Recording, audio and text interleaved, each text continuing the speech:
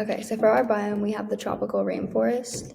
As you can see on the map, a lot of them are right around the equator, which is helpful when when it comes to their climate, because they're usually really humid and hot.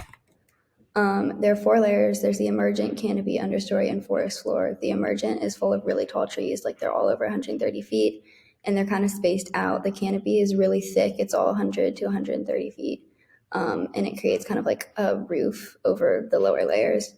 The understory is right under the canopy, and it's like shorter. It also includes the shrub layer, which is like shorter, like shrubby trees and bushes. And then the forest floor is a really bottom layer, which is like the floor, and it is usually actually clear because of the amount of shade and humidity. So then these are all the layers and kind of like some of the animals that live there. Animals. Flying foxes are the largest species of bats in the world. They've adapted to have very fast digestion, which helps them lose excess weight. And they also have longer wings than most bats to support their big body weight. And then they have eyesight instead of echolocation because there's so many trees in the rainforest. And they also have sharp claws, which they use for cutting open fruit and climbing. Toucans have adapted to have long curved beaks, which allows them to rip into fruit and grab eggs out of nests, and they also have bright colors to blend in with their environment. Spider monkeys have adapted to have a strong tail, which they use as a fifth limb when they climb. Jaguars' spotted fur is used as camouflage, and they're also strong swimmers because their diet mostly consists of fish, and they have strong night vision, which allows them to see their prey when they hunt in the dark.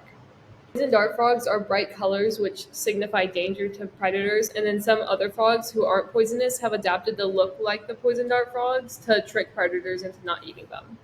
Gators have long snouts and tongues which help them to eat ants and termites off the ground without having to bend over. And they also have sharp claws which help them to rip into ant mounds. And they also have a low body temperature because ants are not very nutritious, so they need to conserve energy. Plants. Okay, the strangler fig adapted to grow around bigger trees because there was not enough room on the rainforest floor. But sometimes they end up actually strangling the trees that they grow on. Okay, so there are a bunch of different kinds of orchids, and the orchids produce as many as 3 million microscopic seeds in every seed pod, which helps them spread easily. And they also have aerial roots, which means they're able to grow on trees like higher up because the roots gather nutrients from the air. So the passion flowers use really bright colors to get birds and bees to come pollinate them, but they also have an egg mimic, which prevents butterflies from laying harmful eggs on them. That tree is one of the few trees that is up in the emergent layer. They are up to 160 feet tall, and they produce really big seeds that look kind of like coconuts that are full of Brazil nuts that people will eat and add into like beauty products. Paradise plants are really brightly colored, and they look kind of like birds of paradise. This is because they want people to, like the birds to come like pollinate them or like drink their nectar.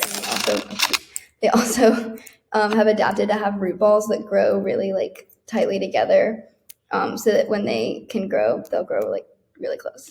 Tropical rainforest threats. Trees are cut down to sell to meet the rising demands for timber, and then land is also cleared by fires, unintentional or intentional. And then oftentimes after fires come through, the land is sold to cattle grazers, and these cattle produce lots of carbon emissions. The land can also be used for mining, and mercury is used in the process of mining, which is very harmful for the environment. And all of these can produce more endangered species and plants. Half of Earth's plants and animals are found in the rainforest, and this can help to absorb a lot of the carbon dioxide. But with the rising temperatures and less rainfall, this could turn rainforests into savannas. Drier temperatures will cause more fires, which would lead to a loss of biodiversity in the rainforest. For rainforest tourism, there are two kinds. There's ecotourism and nature tourism. Tourism can be really helpful with conservation because it attracts attention to species that might be going to extinct. And it also helps with poverty rates in poor countries with rainforests because it gives people job opportunities. It's kind of the opposite. It's really damaging for the environment because it's more focused on building like resorts and things, but it does help the country's economy a lot more. There have been tribes living in the rainforest for hundreds of years, like the Mayans, Incas, and Aztecs. A lot of the tribes that live there today are nomadic people because they have to move around to where the resources are. They also sell their like resources to little towns around the rainforest so they can get resources from there too. But a big problem that they're facing for like their land is deforestation and logging because people want to take over their land. but they haven't been given any like official land grants, so there's nothing stopping people from doing that.